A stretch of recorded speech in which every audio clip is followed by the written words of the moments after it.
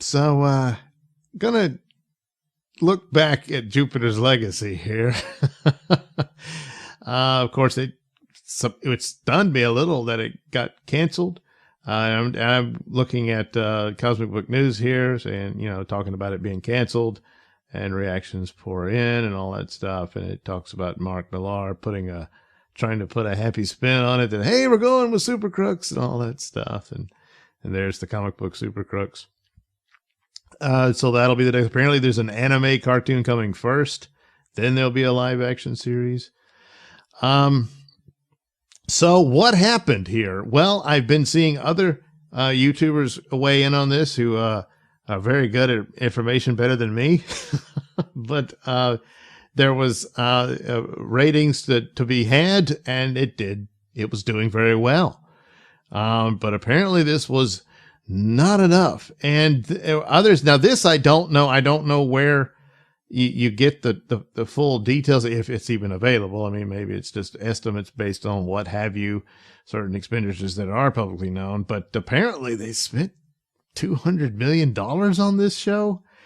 I just don't know about that. I mean, obviously I'm thinking expense had a lot to do with it. But still, because even this, I guess it's Matt, or no, well, yes, it is Matt McCloy, and he's weighing in on. He said he thought it was okay himself, but he thought The Boys and Invincible did a better Justice League. Well, in a way, I guess, but The Boys was not very. It's a very nasty Justice League, and Invincible, it's a very nasty Superman. But Invincible, I think, was the superior show in comparison to Jupiter's Legacy. They both came out at similar time, and now Invincible has the advantage of being animated, so it had more adventure-y stuff going on and a lot of exciting episodes and whatnot. Whereas Jupiter's Legacy, it was a bit more of a soap opera, and it felt like walking through mud. There was some great stuff in it, but yeah, it was taking too long to get to the point, and you have to wait for the next season for it to pick up the pace. And it was written with the assumption there would be one, I guess, and there won't be. But also makes the point here, the special effects. Yeah, he sees all special effects; those are always very expensive. But he's not wrong here. It did seem in quite a bit that it was just on par with CW, which and CW is not spending that kind of money. Superman and Lois looks a little more expensive than usual, and I guess you could say the same for Stargirl, but even that is not. I think if they spent that amount of money, somebody screwed them over, because it's not on screen. I mean, I guess like the boat trip and stuff they do towards the end, but I don't know. I'm not seeing the money there, but whether 200 million, it's got to be an exaggeration, but I'm sure it was a very expensive show. I just didn't think it was that much. But anyway, Steven DeKnight, who is an excellent showrunner. He did Spartacus, which was magnificent, despite losing its star sadly to cancer. They had to recast the part. And then of course Daredevil. With Daredevil, there's so many lessons there for how to do a superhero show, and god damn it, it's right there on how to do a Batman show. Batman's had enough movies by now. A regular TV series on the streaming service just seems like a no-brainer to me, and you get Steven DeKnight on that, and streaming wars is probably over. I mean, forget about Mandalorian. Batman will just destroy that, unless it's crap. Don't put it on CW. You put that on HBO Max and you got it, but for some reason, all these years, there's even now no attempt to do this. Even out of the Robert Pattinson Batman movie, they're going to do a spinoff series, but it's just about Gotham, and I guess Commissioner Gordon will be in it and stuff. Yeah, you could get a good show out of that weird city and solving crimes there and stuff like that. But it's a Batman show with no Batman. And there's been rumors that there'll be some cameos of Batman, and maybe it's someone else in the suit, like standing in the shadows or something. And Batman was in it. It's kind of like what they did early on in Agents of S.H.I.E.L.D., where Iron Man would fly around and talk to him, but it obviously was not Robert Downey Jr. Stuff like that. But do a Batman show. But anyway, so he was in it, but he weighed in on the news of its cancellation. He said, so sad to see the story come to a premature end. Boy, I'll tell you, because it's a cliffhanger. It ends on a cliffhanger. But I wish Mark Millar and Netflix the best moving forward. My deepest thanks to all the cast and crew who worked so hard on Jupiter's Legacy, and to all the fans. I am forever grateful. So, somebody asked, oh, what's going on? There's so many crappy shows that get the green light, but not this one. Yeah, that's a very good point. There's some really big stinkers out there, and they just keep coming back. He said the show was very expensive and insanely complicated. So whether that was actually $200 million, but he's saying it here, yeah, that's a big factor. So I completely understand the decision, but I can tell you this now: I was planning on the end of season 2 to be the big murder. And if you know so good Lord, they were going to drag that out to then. I don't know, because of all the slow plotting, but the slow plotting may not necessarily be all on him. So he says, apparently the Hollywood Reporter got something wrong. He says, hey, you might want to occasionally check your facts. Well, don't hold your breath. I parted ways on this show halfway through, so it's not really his show by the ending. So shooting the first season, how about you update this with the name of the showrunner who took over after me? So someone, Netflix, why do you do this crap? The season ended on a huge cliffhanger and the show was awesome. You did the same thing with Santa Clarita Diet. At least with this, you can read the comics to see where it would have gone. Not an exact match, but it will give you some closure. Yeah, well, the big murder is going to happen. So was there a plan to wrap up the backstory sooner and then let the modern day stuff play out on its own in the later episodes? So the show goes in with back and forth between flashbacks to the younger days of basically the elder superheroes in this story. And the comic book didn't really do that. It was just a few pages of where they go to the island, they get their powers, and then you jump to modern day and they're old and their kids are young adults and all that. So anyway, so he says, not for me. That was not the plan. The dual timeline was going to be in every season. So I guess kind of like Lost. Anyway, although we would jump decades so we could tell the story in Jupiter's Circle in parallel with Jupiter's Legacy. Jupiter's Circle, I think, is the best of the 3 volumes of the story. I know there's a 4th coming, but still, I really like that one.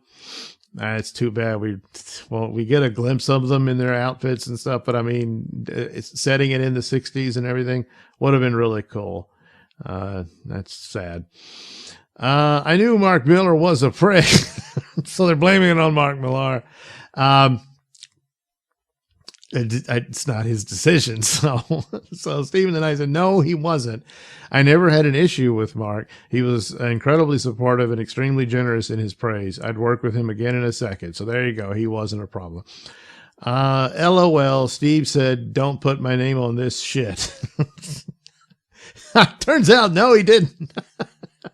Not what I said. I'll take my lumps, but the Hollywood Reporter can't lay all the negative reviews at the feet of the guy who parted ways midway through the season. Got to tag the person that came in after me for that one. Oh, wow, boy. And I forget, it says it up here who took over. Yes, Sang Q Kim ended up taking over. So he's dumping all the failure on it. Well, he's saying I take some responsibility, but he didn't end it. So yeah, okay, there he goes. And then, okay, here we get into the deal. So I say he didn't end it. You don't know exactly the sequences in which certain things were shot. So it's possible some of that footage from the final episodes was his. So the guy's asking, so for first 4 episodes were Stephen denied and he left. And the rest were, Mark Millar was not the showrunner. So anyway, because that's actually not how it works. I can't get into details, but a lot of very talented people tried to make the best show under very difficult circumstances. Mark was always very supportive of my vision. So, he says he left halfway, but his work could be spread out over the different episodes for different scenes and stuff like that. It could be the case. for that, but for whatever direction it took ultimately was not him. So sincere question, how do budgets for greenlit shows work? I mean, you create a show that is clearly multi-seasonal and pricey. Shouldn't there be some budgeting be in place for a potential $2? Oh, season two, $2. Season 2, provided the show has legs, of course. Why otherwise opt for pricey season 1? Very often a show will get greenlit for a specific budget, but then depending on location and other factors, the budget can start to grow beyond that. So it just gets more expensive than the viewership justifies. So that's an interesting thing too. Earlier he said he understood Netflix's decision. My guess is, despite the fact that the viewership was good, it probably didn't increase subscriptions. So if you've got people, who are already subscribers and they're all tuning into it, well, you already got them, huh? So they kind of take those for granted. It's supposed to bring in more subscriptions, and apparently that didn't happen. So that's crazy with ratings like that. Yeah, he's talking about Netflix's decision makes little sense. Don't get me wrong. I completely understand Netflix's decision. The production was expensive, complicated, and troubled. Unfortunate, but understandable. So, and I'm kind of wondering how much of this was shot during lockdown days, and that kind of thing can always mess it up. And where now things are opening up and it could have been better, but they decided, no, move on. They're not doing it. So here he goes again. As most of you know, I parted ways with Jupiter's Legacy halfway through shooting, but I adore the cast and crew. They gave it their all. What finally aired may not have been my vision, but for the armchair pundit saying the show was a flop, here's my counter argument. And of course, let's see here. So here we go. Is this the Nielsen ratings, I believe? But anyway, there it was. Legacy was the top show on streaming. So, Handmaid still was second, so on and so forth. So, Sons of Sam. I saw that one. But, so for that week, and so that's pretty good. And who knows, it may be at the top spot right now. So there was significant interest in it, just didn't come into, what do you call it? Subscriptions. Yeah, subscriptions. So there's a Utopian with a naked selfie. When you get dumped by Netflix and have to put yourself back out there. So that's the actor. So anyway, and hey, what's up, Hulu's? I might be looking for work there. I don't know. Some more little photos. There's a cool. See, this is what you could have seen. There's Sky Fox. We only got to see him in kind of a dream sequence type thing, and would have had the whole team if they had done the 60s era story in Jupiter Circle. That just would have been awesome. But not gonna get it. So anyway, there they are in happier times. Yeah, and there's the son who turns into Darth Vader. So you'll have to go read the comics to see how that goes. But anyway, it's interesting that just getting people to tune in won't be enough. It had to do something else for them. And obviously the expense went beyond what they anticipated. But could it have actually gotten to 200 million? I guess I'm just not seeing it on the screen. But then, there's probably other factors I don't know about, not being in the business and all that. But man, that's a lot of money. And I was fine. Okay, there was a battle scene, a superhero battle scene and stuff. But yeah, it was CW level stuff. But I'm not that big of a stickler on those details. But man, if the show was that expensive and that's what you got to show for it, yeah, that's pretty bad. So anyway, it's a sad story, but it's also an interesting tidbit about the ongoing streaming wars. Thanks for watching and listening. Say, while you're still here, why not like and subscribe and share with your many friends? Yes. Also, check out my mini stores in the link description below. Yes, where you can get t-shirts, hats, mugs, all those goodies. with my artwork on them. Oh, yeah. And head over to IndiePlanet.com and pick up a copy of my comic book, Night Night. Oh, yeah. You can also catch me at my podcast, Mr. Nelson Show, on RadioMisfits.com. And you can also watch my videos on BitChute.com and now on Rumble.com. Oh, my goodness. So many places to watch me and my stuff.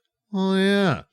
And if that's not enough for you, well, you can follow me on many social media platforms and say hi to your old pal, Mr. Nelson.